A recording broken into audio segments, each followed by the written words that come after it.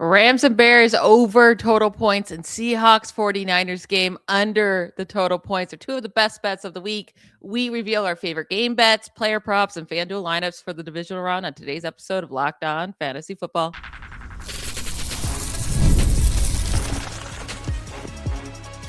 You are Locked On Fantasy, your daily NFL fantasy podcast. Part of the Locked On Podcast Network, your team every day.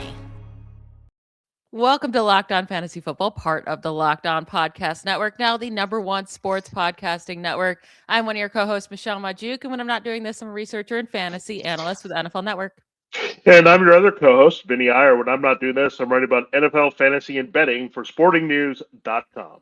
Today's episode is brought to you by Game Time. Download the Game Time app, create an account, and use code LOCKEDONNFL for $20 off your first purchase. Today, we're going to give you our favorite game picks, player props. We'll get into our PrizePicks picks of the week and our winning FanDuel lineup at the end of today's episode. Let's start with your favorite game pick on FanDuel. Vinny, what do you got? Yeah, I'm going straight to the Patriots here. And look, they're playing really well at this point. I mean, they were the only team that, well, other than the Texans, who took care of business there on the weekend. And really, even though it was low scoring and they had the field goal fest, I didn't really feel the Patriots were in danger of losing to the Chargers at any point. I thought they were going to make the play. The Chargers wouldn't, and that's what happened here. And they put them away, and then the Chargers kind of couldn't get the garbage points to close the gap here. And I don't know if they're getting a lot of respect, Michelle. I mean, they're only 3-point favorites against the Texans. Everyone just looks at their schedule and like, oh, is it inflated? But they keep getting it done, win, and they also take care of business at home. They're relentless. They're kind of reminding me of the old Patriots teams with Bill Belichick and Tom Brady. Like Vrabel and Josh McDaniels learned well, right? You step on the gas, you put away teams.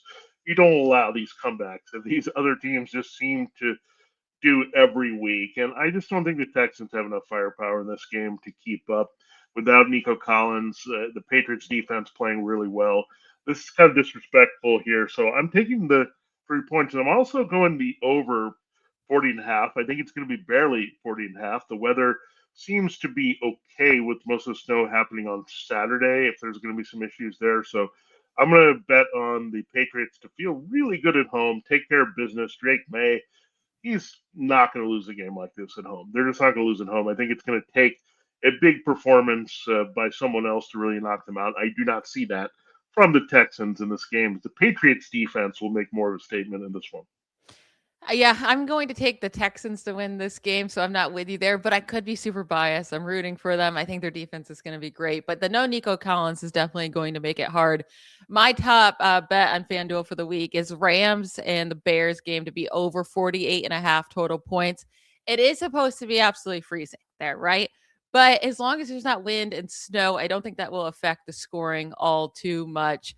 The Rams have allowed 27 or more points in 4 of their last 5 games. They just allowed 31 points to the Panthers last week. The only game they haven't allowed more than 27 points over the 5-game span was against the Cardinals, which they always have trouble putting up points. But these two teams, the Rams and the Bears, you can go back over the last 8 weeks and see what they combined together each week. And they have combined for at least 52 points in each of the last 8 weeks together, over 60 points in 5 of those 8 weeks. So I think these two teams are the best offenses maybe left in the playoffs, and they're the 2 worst defenses left in the playoff too, most likely. So I'm going with the Rams and Bears over 48.5. Yeah, I like that. And I'm going to have one related to that because I think the Bears are going to keep up with the Rams and score some points here. The receiving matchups are really good for the Bears all across the board, including Colston Loveland, but the wide receivers, especially Luther Burden in the slot. And then I think one of the guys will have a big game, DJ Moore or Rome Odunze, making some big plays downfield. They just have too many weapons. The Rams, you can create those mismatches here. And the number's pretty low for Caleb Williams. Look, he's a running team, a run first team. That's why the numbers are pretty low for the passing props here, but 217.5 passing yards. I like that going over that for him versus the Rams. Win or lose, I feel good about that one, right? I mean, it could be a back and forth game. We saw Bryce Young put up some numbers there, exploit the matchups that he had, especially with Jalen Coker. I think this Bears passing game is better. Ben Johnson is a better coach here. They've had some success against the McVay team before in Detroit with Johnson calling the plays. So I do like that over, and feeling good about also Caleb Williams contributing that with more than 217.5 passing yards. Yeah, I'm right with you there. I have one right off of that as well. I went a little bit tougher here with the Caleb Williams passing yard line because on FanDuel they have where you can pick who you think will have the most passing yards or rushing yards or anything like that in the divisional round among all the teams. But I'm going with Caleb Williams to have the most passing yards in the divisional round. Really fun odds here at plus 750.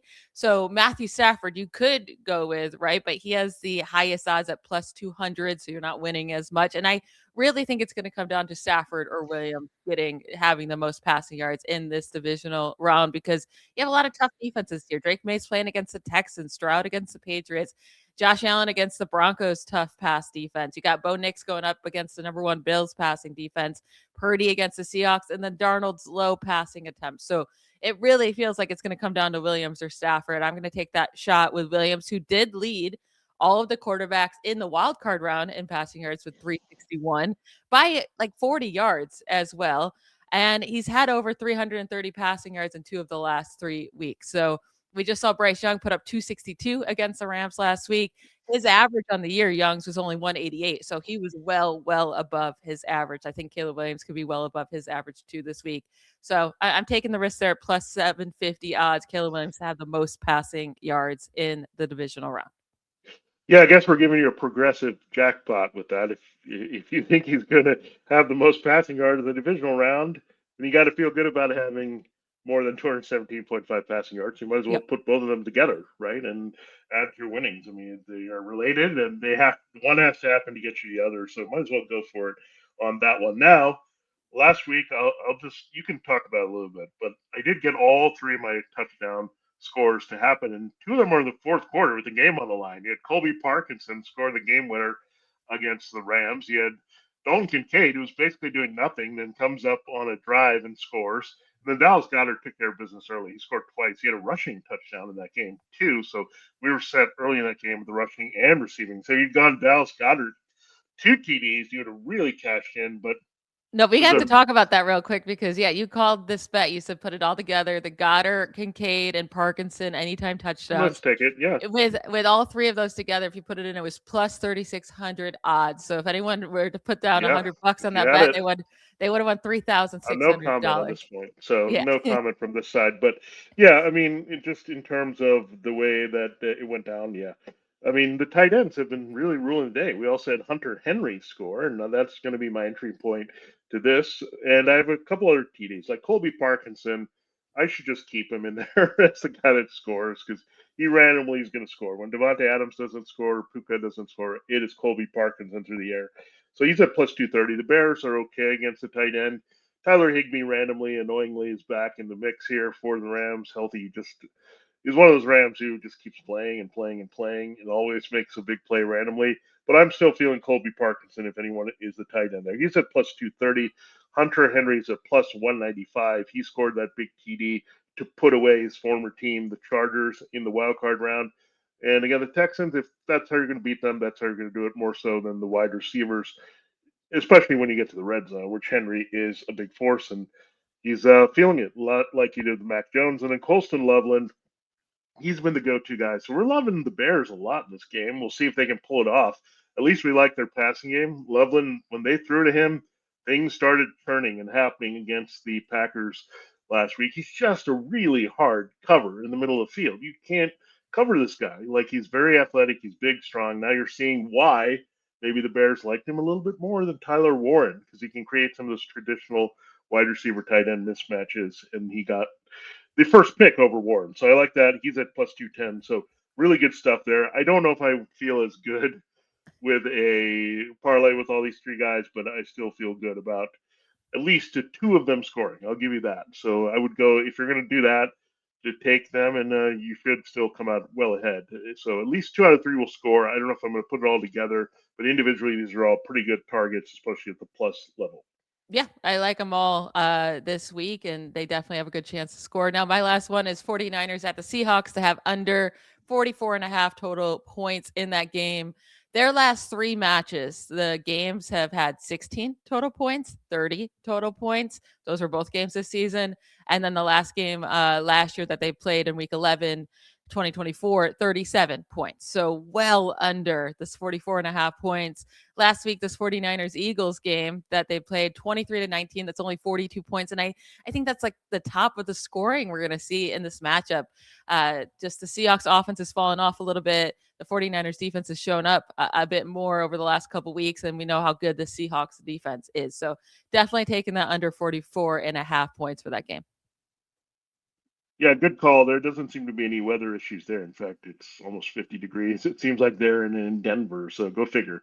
On the Saturday playoff games, there's no weather issues there, but there could be defensive issues, and we're going to look at that for sure in that game. But we do have some fun stuff still ahead on the show. Don't forget, we have our picks of the week. I got a fun little triple for you there. Then we're going to get to our FanDuel lineups. Maybe some surprises, twists, and turns there. We only have those 4 games to choose from. So we'll get into all that here in our next couple of segments.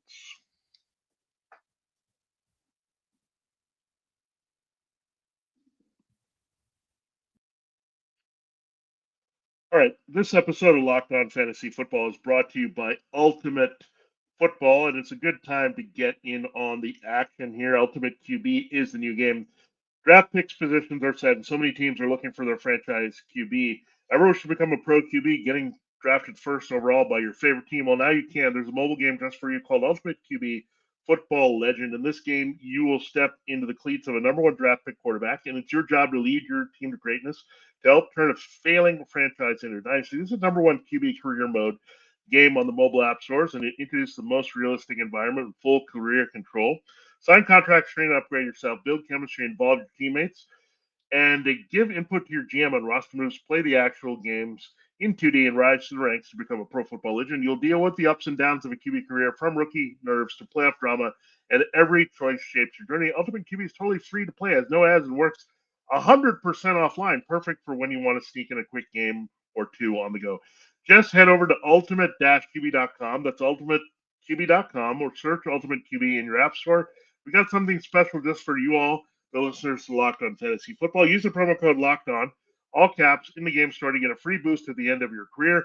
Ultimate QB Football Legend, QB1, it's your legacy. This episode of Locked On Fantasy Football is also brought to you by Home Chef. As the new year gets going, a lot of people are trying to simplify their routines, and dinner is a big one. Between busy workdays, cold winter nights, and packed schedules, having an easy, reliable dinner plan makes a huge difference. That's where Home Chef comes in. Home Chef takes the stress out of cooking by delivering fresh, pre-portioned ingredients right to your door. With easy-to-follow recipes that actually taste great, they're rated number 1 by users of other meal kits for quality, convenience, value, taste, and recipe ease, and it's easy to see why. Meals come ready to fit your schedule, 30-minute recipes, oven-ready trays, or quick lunches. Everything arrives pre-portioned, so there's less prep, less mess, and no wasted food. It saves time and money for you. Home Chef customers save an average of $86 a month on groceries. For a limited time, Home Chef is offering listeners 50% off your first box, free shipping, and free dessert for life. Just go to homechef.com/locked-on. That's homechef.com/locked-on for 50% off your first box, free shipping, and free dessert for life. Must be an active subscriber to receive free dessert.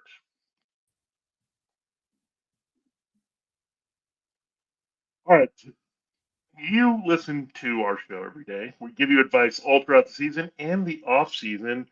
Well, thanks for making us Locked On Fantasy Football your first one of the day, and thank you for making Locked On the number 1 sports podcast network. If you haven't already done so, go check out our new Everyday Club, and this is a good way to connect with all your favorite shows, including Locked On Fantasy Football. It's a really good time to join because we can connect on Discord and give you all the things you need to do. Get ahead of the competition here. Scout what's going on here for the 2026 off season. Get in position to dominate your league all season long. Get that edge that nobody else has by getting in to the special access that we have here as an Every Dare Club member for Locked On Fantasy Football. So it's easy to join. All you do is go to lockedonfantasyfootball.supercast.com. That's Locked On Fantasy Football, all one word, all lowercase, .supercast.com. PrizePicks.com. That'll help you join the Everyday Club. It's ad-free, and you'll get to connect with shows on Discord. So all kinds of good stuff and perks that you get and listening to the show in the most convenient way delivered to you. It's only $5 a month. Please consider supporting the show. We love bringing it to you, and we would love that kind of support from you all season long. All right, Michelle, it is time to dive in here to our prize picks a week. This is a feature that we give you every day at our club. So we've had a lot of fun with this. This is one of our favorite segments all year long. So, Michelle, you go first on what your number one prize pick of the week is. I'm going to go with Matthew Stafford, more than 2.5 passing touchdowns against the Bears. It is a demon pick. So his normal projection on the PrizePicks app is 1.5, but you get a lot more payout if with the 2.5. And I'm going to take that because Stafford has had at least 3 or more passing touchdowns in 7 of his last 11 games played. He threw 3 touchdowns last week against the Panthers.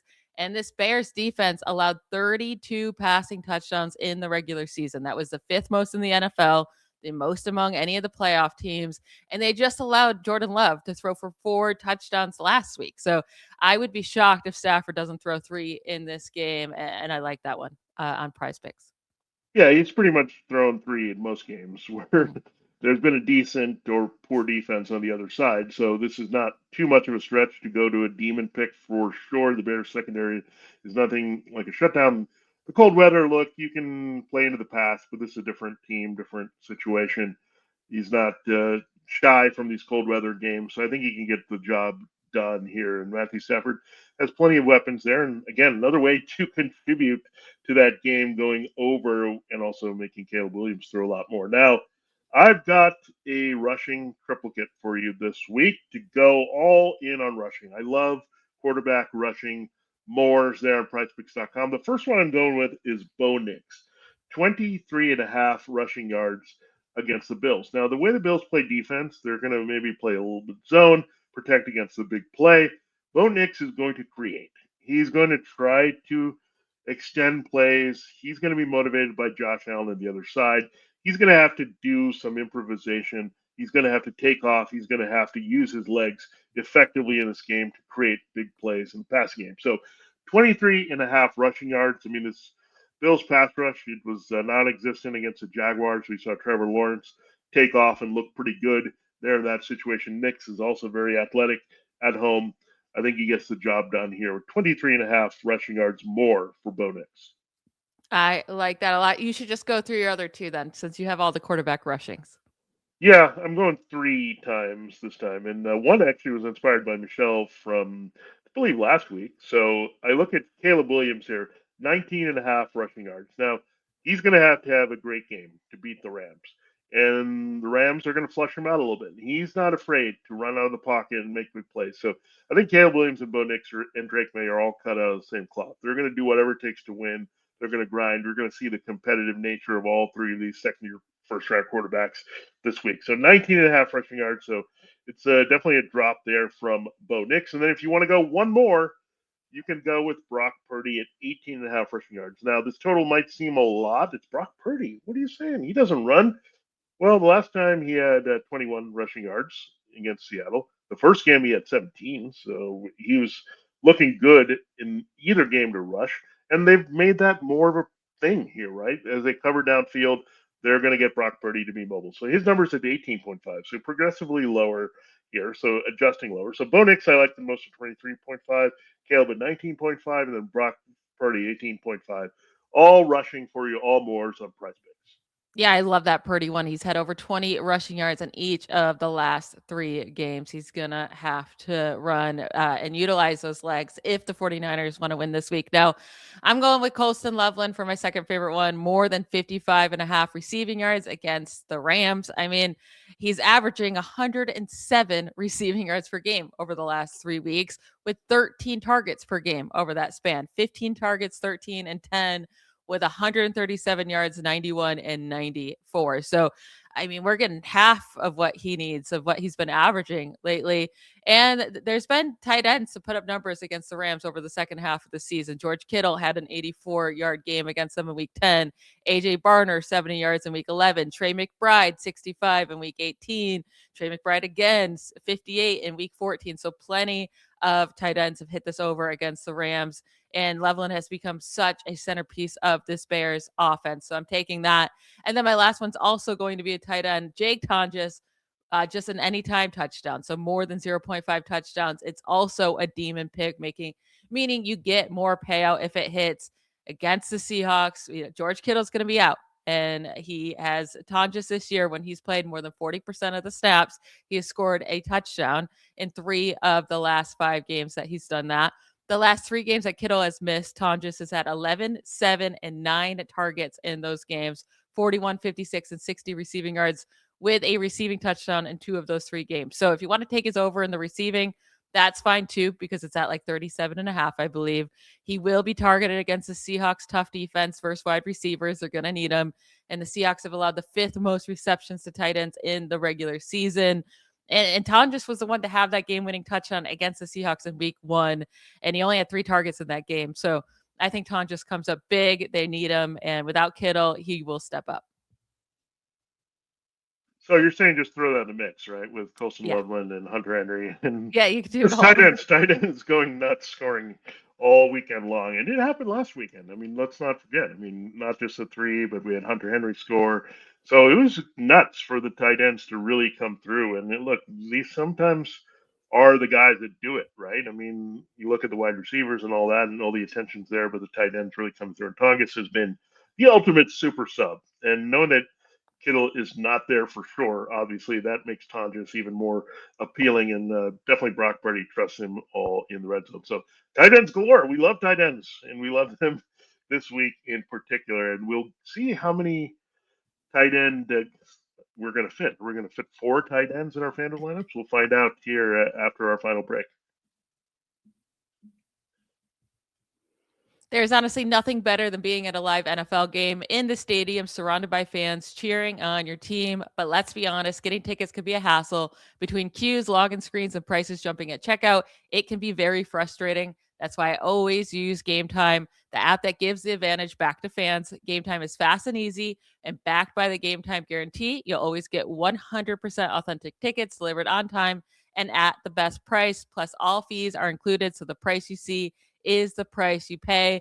The app is made to be super simple for all their users. You can see the exact view of your seat before you buy, and you can find amazing deal in a matter of seconds. Download the Game Time app, create an account, and use code LOCKDOWNNFL for $20 off your first purchase. Terms do apply. Again, that's promo code LOCKDOWNNFL, LOCKEDON NFL for $20 off. Swipe, tap, ticket, go download Game Time today. This episode is also brought to you by FanDuel. The divisional round is here, and FanDuel is officially in full playoff mode. Every game day during the NFL playoffs, FanDuel is giving customers even more ways to get in on the action, because right now, every NFL playoff game day, FanDuel users get a profit boost pack waiting for them inside the app. Each game day, you'll see a pack loaded with multiple profit boosts you can apply to the bets you like most. The boosts let you lean into your game day instincts, whether you're backing momentum, defense, quarterback play, or coach it. Every play feels bigger, and the boost makes your bets feel that way too. We gave you a bunch of bets that we love on FanDuel earlier in this episode, so join us along with those. Just visit FanDuel, an official sportsbook partner of the NFL, and grab your profit boost pack every NFL playoff game day. All right, like every Friday, we're going to give you our winning FanDuel lineup. Vinny, let's start with your quarterback. And did you do a little stash with him to have that connection? Yeah, I did. Let me start there. And I maybe hinted this before, but I think Drake May is a sneaky play. I think a lot of people will be off him because, Yeah. they're looking at the Texans D, but Drake May's Drake May. He's going to make some plays happen. He knows he didn't play all that well. though rebounded well against the Chargers, made the plays he needed to make, and I think he's learning. And that was his first playoff game, and to come out there and win pretty handily and really outduel Justin Herbert, that's fine. I mean, I think he's just going to learn from that, build on it. They'll have a good game plan to beat the Texans, especially throwing downfield. So I am at $8,000, and I hinted at this as well. The way to beat the Texans is throw it downfield and chuck it here. You can exploit Kamari Lassiter, their other corner away from Stingley, and that guy to do it is Kayshon Boutte at 5,500. So really cheap stack there. I could go with May and Boutte to get a piece of that Patriots team this week, and I'm just going to reveal that's the only part of the Patriots I have this week. Very good. I'm going with Caleb Williams at quarterback. He was the fourth most expensive quarterback among the 8 remaining behind Josh Allen, Stafford, and May, which I think he has. I mean, besides Stafford, who is much more expensive, he has the best matchup there between Allen and May for sure. And then I'm stacking him with Colston Loveland, who is the most expensive tight end, but I think worth it with what he's been doing, the targets he's getting in production. So Caleb Williams and the Colston Loveland, I'm high in this game in points, and I think they're the stack to have this week in terms of price. Yeah, we've stamped this all over, folks. I don't know if we can put up a screaming neon sign that says play Caleb Williams and Colston Loveland at DFS this week. And I had to give you something a little bit different because I knew Michelle was probably going to go there this week, which is fine. I'm totally for it. I will reveal who I have attached to the Bears this week, and it's Luther Burden. The matchup is really good. Quentin Lake is their slot corner for LA, and it was bad at times against the Panthers last week. And Burden, I think he's more like their Jalen Coker, who can get open a little bit all over the field. He's a little bit of a technician. He has the trust now of what Caleb Williams wants to do. And if he's going to exploit the middle of the field, right down the seam of Colston Loveland, Burden in the slot would also make sense. Like, I'm already seeing a big year for Burden next year. He could really become their Amon-Ra. That's how talented this dude is. And we've already seen Loveland be their Sam Laporta. So looking at all that, parallels with Ben Johnson, I like the price as well. So I'm going cheap there as well at 5,800. Now I'll go ahead and reveal my running backs. I'm going with 2 guys from the NFC West. Kyren Williams, we said that I think he has to be a big factor to beat the Bears, to put them away. He's at 7,800. I think I like that value for sure. And then Zach Charbonnet, he did have a nice finishing game against the 49ers, Michelle's 49ers. So I'm hoping that he has a good game, but her team does a little bit better in this one. So I do like him, though. He's at 6,600 here. So good value there if you want to go 3x return if he can get in the end zone.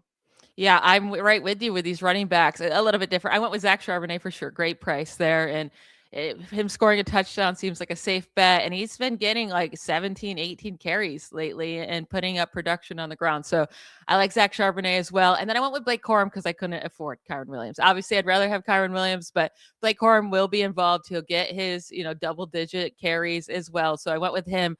I actually have 3 Rams here because my wide receivers, I went with both Puka Nacua and Devontae Adams. So this is how big of a game I think this will be. I think both can beat up on this Bears secondary.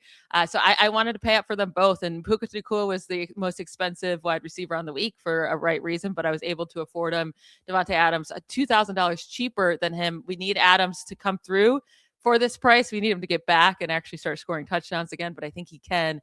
And I actually have another player in this game for my 3rd wide receiver. It's Rome Odunze to go with Caleb Williams as well. So I have a double stack there with Caleb Williams.